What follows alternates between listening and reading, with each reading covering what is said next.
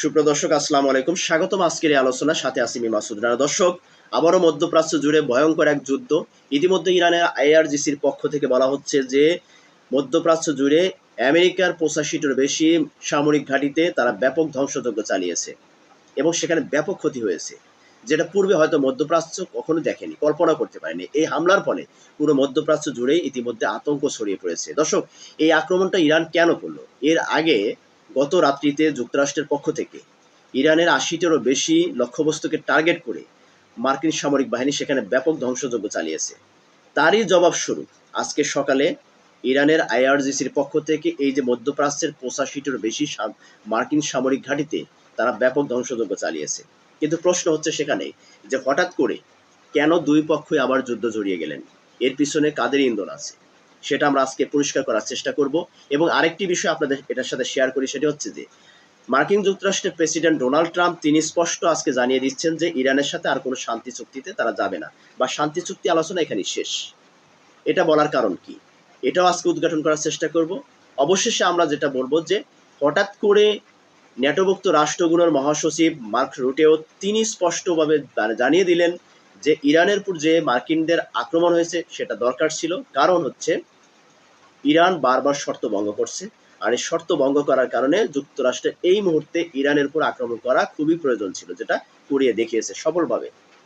দর্শক, চলুন আমরা সবগুলো বিষয় নিয়ে আজকের এই মূল আলোচনায় যাব। তবে মূল আলোচনা যাবার আগে আপনাদের কাছে রিকোয়েস্ট করবো, যারা চ্যানেলে নতুন তারা অবশ্যই চ্যানেলটাকে সাবস্ক্রাইব করে পাশে থাকা বেল আইকন চেপে রাখবেন। এবং যদি মূল আলোচনা পুরোটা শুনে আপনাদের কাছে ভালো লাগে, ভিডিওতে একটা লাইক দিবেন, শেয়ার করবেন। এবং এই আলোচনা সম্পর্কে আপনাদের কোনো মতামত থাকলে তাহলে অবশ্যই কমেন্টসে লিখে যাবেন। দর্শক, আমরা কথা না বাড়িয়ে মূল আলোচনায় যাই। দর্শক, প্রথমে যে বিষয়টি নিয়ে কথা বলছিলাম যে আমেরিকার পুরো বাহরাইন এবং কুয়েত জুড়ে বেশ কিছু ঘাঁটি আছে এবং গুরুত্বপূর্ণ ঘাঁটি, যে ঘাঁটিগুলোকে লক্ষ্য করে ইরানের পক্ষ থেকে ব্যাপক ধ্বংসযজ্ঞ চালিয়েছে। সেখানে ক্ষেপণাস্ত্র নিক্ষেপ, ড্রোন হামলার ফলে মার্কিন সামরিকের 85টিরও বেশি ঘাঁটিতে এতটা আক্রমণ করেছে, যেটা পূর্বে কখনো কেউ দেখেনি। এরকম আক্রমণ ইরানের পক্ষ থেকে করা হয়েছে, যেটা কুয়েত এবং বাহরাইন স্পষ্ট জানিয়ে দিয়েছে যে এমন আক্রমণ ইরানের পক্ষ থেকে করা হয়েছে যেটা কখনো বাহরাইনের সাধারণ মানুষ থেকে শুরু করে সামরিক বাহিনী থেকে শুরু করে কুয়েতের বা সাধারণ মানুষ এবং সামরিক বাহিনী থেকে শুরু করে কেউ দেখেও নি, কল্পনা করতে পারেনি যে এতটা ভয়ঙ্কর আক্রমণ ইরান করতে পারে, যেটা করিয়ে দেখেছে। কেন এই আক্রমণটা করলো দেখেন, গতকাল ইরানের সর্বোচ্চ ধর্মীয় নেতা আয়াতুল আলী খামেনির জানাজার শেষ মুহূর্তে, আজকে 8 তারিখে শেষ হবে, গতকালের শেষ মুহূর্তে, এই মুহূর্তে এসে আমেরিকার সামরিক বাহিনী তারা ইরানকে কোনো রকমের সংকেত ছাড়াই অতর্কিতভাবে 80টারও বেশি লক্ষ্যবস্তুকে টার্গেট করে তারা ব্যাপক ধ্বংসযজ্ঞ চালিয়েছিল উইদাউট ইনফরমেশন। এই আক্রমণের জবাবস্বরূপ আজকে সকালবেলায় আইআরজিসির পক্ষ থেকে খুব একদম সূক্ষ্মভাবে সফলভাবে আমেরিকান সামরিক ঘাঁটিগুলোর উপরে লক্ষ্য করে তারা ব্যাপকভাবে ক্ষেপণাস্ত্র, ড্রোন হামলার মাধ্যমে সেগুলো একদম মাটির সাথে মিশিয়ে দিয়েছে, যেটা দেখার পরে পুরো আতঙ্ক ছড়িয়ে পড়েছে মধ্যপ্রাচ্যে। কিন্তু প্রশ্ন হচ্ছে যে এই যে আক্রমণ, এই আক্রমণ মার্কিন যুক্তরাষ্ট্র কেন হঠাৎ করে ইরানের উপর আক্রমণ করলো, কি এমন কাজ হয়েছিল? তারা দাবি করছে যে হরমুজ প্রণালীতে ইরানের পক্ষ থেকে শর্ত ভঙ্গ করা হয়েছে। কারণ আমরা গত 2 দিন আগে দেখেছি ইরানের হরমুজ প্রণালীতে 3টি বাণিজ্যিক জাহাজে আক্রমণ হয়েছে, কিন্তু সেই আক্রমণটা কারা করেছে এই বিষয়টি স্পষ্ট না। তবে আমেরিকার পক্ষ থেকে বলা হচ্ছে এটা ইরান করেছে, কিন্তু ইরানের পক্ষ থেকে বলা হচ্ছে এই আক্রমণের সাথে আমরা জড়িত না। আর সেটাকে কেন্দ্র করেই আমেরিকা বলছে যে ইরান শর্তভঙ্গ করেছে, যার কারণে তারা এই আক্রমণটা করেছে। এবং এই আক্রমণের পরে মার্কিন যুক্তরাষ্ট্রের প্রেসিডেন্ট ডোনাল্ড ট্রাম্প একটা ব্রিফ করেছে। সে বলেছে যে ইরান যেভাবে বারবার শর্ত ভঙ্গ করছে, সেই শর্ত ভঙ্গ করার কারণেই আজকে আমার সামরিক বাহিনী, আমার বাহিনী ইরানের উপর যেভাবে আক্রমণ করেছে, সেখানে 80টারও বেশি লক্ষ্যবস্তুবাদ অবকাঠামোমূলক প্রতিষ্ঠানগুলোকে লক্ষ্য করে যেভাবে আক্রমণ করেছে, সফল আক্রমণ করেছে। এর ফলে ইরান আর সোজা হয়ে দাঁড়াতে পারবে না। ইরানের ব্যাপক ক্ষতিগ্রস্ত হয়েছে ইরানের সামরিক বাহিনী, ইরানের ধ্বংসযোগ্য যে সমস্ত বিষয়গুলো, এর কারণে ইরান আর সোজা হয়ে দাঁড়াতে পারবে না। এটা হচ্ছে মার্কিন যুক্তরাষ্ট্রের প্রেসিডেন্টের দাবি। তবে তার সাথে আরেকটু বিষয় অ্যাড করে দিচ্ছে, সেটি হচ্ছে যে হঠাৎ করে এই যে ন্যাটোভুক্ত রাষ্ট্রগুলোর যে মহাসচিব মার্ক রুটেও তিনি তার ব্রিফ করেছেন। তিনি বলছে সাংবাদিকদের প্রশ্নোত্তর জবাবে যে আমেরিকান যে কাজটা করেছে সেটা সঠিক কাজ করেছে, কারণ ইরান যেভাবে শর্ত ভঙ্গ করছে সেই শর্ত ভঙ্গের কারণে সেটার জবাব দেওয়ার জন্য এখন এই মুহূর্তে ইরানের উপর আক্রমণ করাটা খুব জরুরি ছিল, যেটা আমেরিকান সফলভাবে করে দেখেছে। দেখেন আজকে ইরানের উপর আক্রমণের পিছনে অন্যতম কারণ হচ্ছে এখানে, আমার মূল আলোচনার মূল পয়েন্ট হচ্ছে এখানে যে যুক্তরাষ্ট্র হঠাৎ করে আবার আগ্রাসী হলো কেন। এখানে যুক্তরাষ্ট্র কিন্তু প্রথমে থেকেই কিন্তু ন্যাটোভুক্ত রাষ্ট্রগুলোকে দোষারোপ করতেছিল যে ন্যাটোভুক্ত রাষ্ট্রগুলো যদি আমার সাথে থাকতো তাহলে ইরানের উপর আক্রমণটা আরো সহজ হতো এবং ইরানকে দামানো বা ইরানকে আরো সহজেই তাকে পরাজিত করা যেত, যেটা প্রথম থেকে আমেরিকার প্রেসিডেন্ট কিন্তু দাবি করে আসছিলেন। অবশেষে যখন ন্যাটোভুক্ত রাষ্ট্রগুলোর কাছ থেকে পজিটিভ বার্তা পায়, গতকালে আলোচনার মধ্য দিয়ে যখন পজিটিভ একটা ইনফরমেশন পায়, এই ইনফরমেশনকে কেন্দ্র করেই রাতারাতি ইরানের বাহিনীর উপরে বা ইরানের অবকাঠামোমূলক প্রতিষ্ঠানের উপরে ব্যাপকভাবে ধ্বংসযজ্ঞ চালায়। কারণ এতদিন মনে করেছিল যে ইরানের ইস্যুটাকে নিয়ে ন্যাটো রাষ্ট্রগুলো তার বিরোধিতা করছে, কিন্তু এই আক্রমণের মধ্যে দিয়ে স্পষ্ট বার্তা দিচ্ছে ন্যাটো যে আমেরিকার সাথে সরাসরি যদিও তারা ইরানের উপরে যুদ্ধ অংশগ্রহণ না করে, তবে আমেরিকানকে পূর্ণাঙ্গ সাপোর্ট তারা দিচ্ছে বা দিবে, সেটা সামরিক দিক দিয়ে, অর্থনৈতিক দিক দিয়ে, যে কোনোভাবে।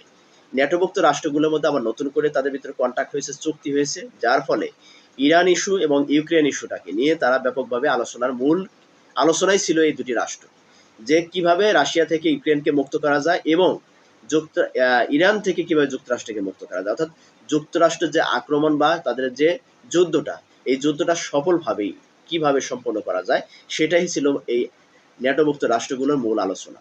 যার কারণে আমেরিকার প্রেসিডেন্ট যখন এখান থেকে বার্তা পায় একটা, এই বার্তার কারণেই তারা আজকে ধ্বংসযজ্ঞ চালিয়েছিল এবং সেই ধ্বংসযজ্ঞের কিন্তু পাল্টা জবাবও ইরানের পক্ষ থেকে দিয়েছে, যেটা কেউ কল্পনা করতে পারেনি যে ইরান এতটা সঠিক জবাব দিতে পারবে, এতটা ভয়ঙ্কর জবাব দিতে পারবে, যেটা দিয়েছে। দেখুন ন্যাটোভুক্ত রাষ্ট্রগুলো তাদের দাবি কি? তাদের দাবি হচ্ছে হরমুজ প্রণালী উন্মুক্ত করে রাখা, কিন্তু এটার ফলে যদি তারা দেখছে যে এটার ফলে যদি আমরা যদি সেখানে যদি ইরানের পক্ষ থেকে যদি হরমুজ প্রণালী একেবারেই বন্ধ করে দেয়, তাহলে তারা সবচেয়ে ক্ষতিগ্রস্ত হবে বেশি, কারণ পশ্চিমা দেশগুলো এই হরমুজ প্রণালী কেন্দ্রিক তাদের তেল আমদানি, জ্বালানি আমদানি, সরবরাহ সবকিছু করে থাকে। তাদের ভয় ছিল যদি ইরান বাহিনী যদি এটাকে বন্ধ করে দেয় তাহলে তারা বিপদে পড়ে যাবে। তার কারণে গত 4 মাস যাবৎ ন্যাটো রাষ্ট্রগুলোই আমেরিকার সাথে সরাসরি তারা যুদ্ধ অংশগ্রহণ করেনি, কিন্তু আজকের এই আলোচনার মধ্যে দিয়ে স্পষ্ট ইরানের উপরে যে আক্রমণের ফলে যে বার্তাটা দিচ্ছে যুক্তরাষ্ট্র, সেটা এই বার্তাটা হচ্ছে যুক্তরাষ্ট্র ন্যাটোভুক্ত রাষ্ট্রগুলোর কাছ থেকে ব্যাপকভাবে তারা পজিটিভ একটা বার্তা পাইছে, সাপোর্ট পাচ্ছে, যার কারণে তারা আবারও যুদ্ধের শান্তি চুক্তি আলোচনা বাদ দিয়ে এবার যুদ্ধে তারা জড়িয়ে যাচ্ছে এবং তারা স্পষ্ট জানিয়ে দিচ্ছে যে আর কোনো শান্তি চুক্তির আলোচনা হবে না, শান্তি চুক্তির আলোচনা এখানে শেষ। তাহলে কি আসলে দুটি রাষ্ট্রের মধ্যে কোনো শান্তি চুক্তি হবে না বা তাদের মধ্যে আসলে সমঝোতা হবে না? প্রশ্ন তো থাকে দর্শক। কিভাবে হবে? দেখেন, বারবার যুক্তরাষ্ট্র দাবি করছে যে ইরান শর্ত ভঙ্গ করছে, ইরানের পক্ষ থেকে বারবার দাবি করা হচ্ছে যুক্তরাষ্ট্র শর্ত ভঙ্গ করছে। আমরা দেখে আসছি যে এই শান্তি চুক্তির মধ্যে সমঝোতা স্মারক স্বাক্ষরিত হবার পরে ওখানে শর্ত ছিল, সেই শর্তগুলোর মধ্যে ছিল যে শান্তি চুক্তি আলোচনার মধ্যে দুটি রাষ্ট্রের সামরিক বাহিনী তথা রাষ্ট্রপ্রধানরা কোনো রকমের হুমকি দামকি, কোনো রকম উস্কানিমূলক কোনো কিছু কর্মকাণ্ড করতে পারবে না। কিন্তু সেই সমঝোতা স্মারকে স্বাক্ষরের পরেও যুক্তরাষ্ট্রের পক্ষ থেকে পুরোপুরি বারবার ইরানেরকে বিভিন্নভাবে হুমকি দিচ্ছে, হামলা করছে, এটা বারবার কিন্তু করছে। তারপরেও তারা বলতেছে যে ইরান শর্ত ভঙ্গ করছে, যেটা যুক্তরাষ্ট্র পুরোপুরি করে যাচ্ছে, কিন্তু তারা দাবি করছে যে ইরানের পক্ষ থেকে শর্ত ভঙ্গ করা হচ্ছে। এর ফলে এই আলোচনা আজকে এখানেই ভেস্তে যাচ্ছে, আলোচনার সামনে অগ্রগতি হবে না। এখন ইরান এবং যুক্তরাষ্ট্রের সম্মুখে একটি দরজা খোলা, সেটি হচ্ছে যুদ্ধ। যুদ্ধের মাধ্যমে যাকে পরাজিত করতে পারবে সেই সফল, সেই বিজয়। আজকে যদি ইরান যদি যুক্তরাষ্ট্রকে পরাস্ত করতে পারে, তাহলে ইরান যুক্তরাষ্ট্রের হাত থেকে মুক্তি পেতে পারে। এছাড়া ইরানের কোনোভাবে সম্ভব না শান্তি আলোচনা করে যুক্তরাষ্ট্রের হাত থেকে রক্ষা পাওয়া, কখনোই সম্ভব না। কারণ যুক্তরাষ্ট্র যদিও ইরানের সাথে শান্তি চুক্তি করে, এই শান্তি চুক্তিটা জাস্ট শুধু কাগজে কলমে থাকবে। সুযোগ বুঝে যে কোনো সময় যুক্তরাষ্ট্র ইরানের উপর ভয়ঙ্কর আক্রমণ করবে, এটাই বাস্তবতা। ইতিমধ্যে যেগুলো রাষ্ট্রের সাথে যুদ্ধের ক্ষেত্রে আমেরিকা যতগুলো বার চুক্তি করেছে, ততবারই চুক্তিগুলো ভঙ্গ করেছে যুক্তরাষ্ট্রের পক্ষ থেকেই। যার ফলে যুক্তরাষ্ট্রের সাথে যে রাষ্ট্রগুলো চুক্তি করেছিল সেই রাষ্ট্রগুলো ভয়ঙ্করভাবে ক্ষতিগ্রস্ত হয়েছে। ঠিক একই কাজটা ইরানের সাথেও বারবার করছে, এবং ইরানও যদি মনে করে যে যুক্তরাষ্ট্রের সাথে শান্তি চুক্তি করে দেশটাকে রক্ষা করা যাবে, তাহলে ভুল। কারণ যুক্তরাষ্ট্র সেই শর্ত রাখবে না, চুক্তি রাখবে না। যুক্তরাষ্ট্র সুযোগ বুঝে কোপ মারবে, এটাই বাস্তবতা, এটাই স্বাভাবিক। তাই ইরানের উচিত হবে যে যুদ্ধের ময়দানে তাদের ফয়সালা করা, যুদ্ধের ময়দানে সমাধান করা। এছাড়া ইরানের জন্য আর কোনো দরজা, সঠিক দরজা খোলা নেই। দর্শক, এই যে বিষয়গুলো আগামী দিনে মধ্যপ্রাচ্যে যদি যুক্তরাষ্ট্র এবং ইরানের মধ্যে চলমান যুদ্ধই চলতেই থাকে, তাহলে আগামী বিশ্বে অর্থনৈতিক অবকাঠামো, জ্বালানি যে সরবরাহগুলো, এগুলো কতটা বিপদ হইতে পারে, কতটা ভয়ঙ্কর আকারে ধারণ করতে পারে, সেটা তো একবার কল্পনা করতে পারছেন। যে আজকে যদি ইরানের সাথে যুক্তরাষ্ট্রের সাথে আবার যেভাবে যুদ্ধ শুরু হয়েছে, এই যুদ্ধটা যদি কন্টিনিউ হতে থাকে, তাহলে আবারও হরমুজ প্রণালী বন্ধ, আবারও তেল সরবরাহ সম্পূর্ণ বন্ধ হয়ে যাবে, জ্বালানি সরবরাহ সম্পূর্ণ বন্ধ হয়ে যাবে। আর সেটা যদি বন্ধ হয়ে যায়, আমাদের ছোট ছোট রাষ্ট্রের মতো অনেক রাষ্ট্র আছে যেগুলো উৎপাদনমুখী দেশ, এই উৎপাদনমুখী দেশগুলো ভয়ঙ্করভাবে ক্ষতিগ্রস্ত হবে, যার প্রভাব পড়বে সাধারণ মানুষের উপরে। দর্শক, আপনারা কি মনে করছেন যে আগামী দিনে যুক্তরাষ্ট্রের সাথে ইরানের সাথে যে এই যে যুদ্ধটা, এই যুদ্ধটা কিভাবে থামানো যায়, এই বিষয়ে কোনো মতামত আপনাদের আছে কিনা জানাবেন কমেন্টসে।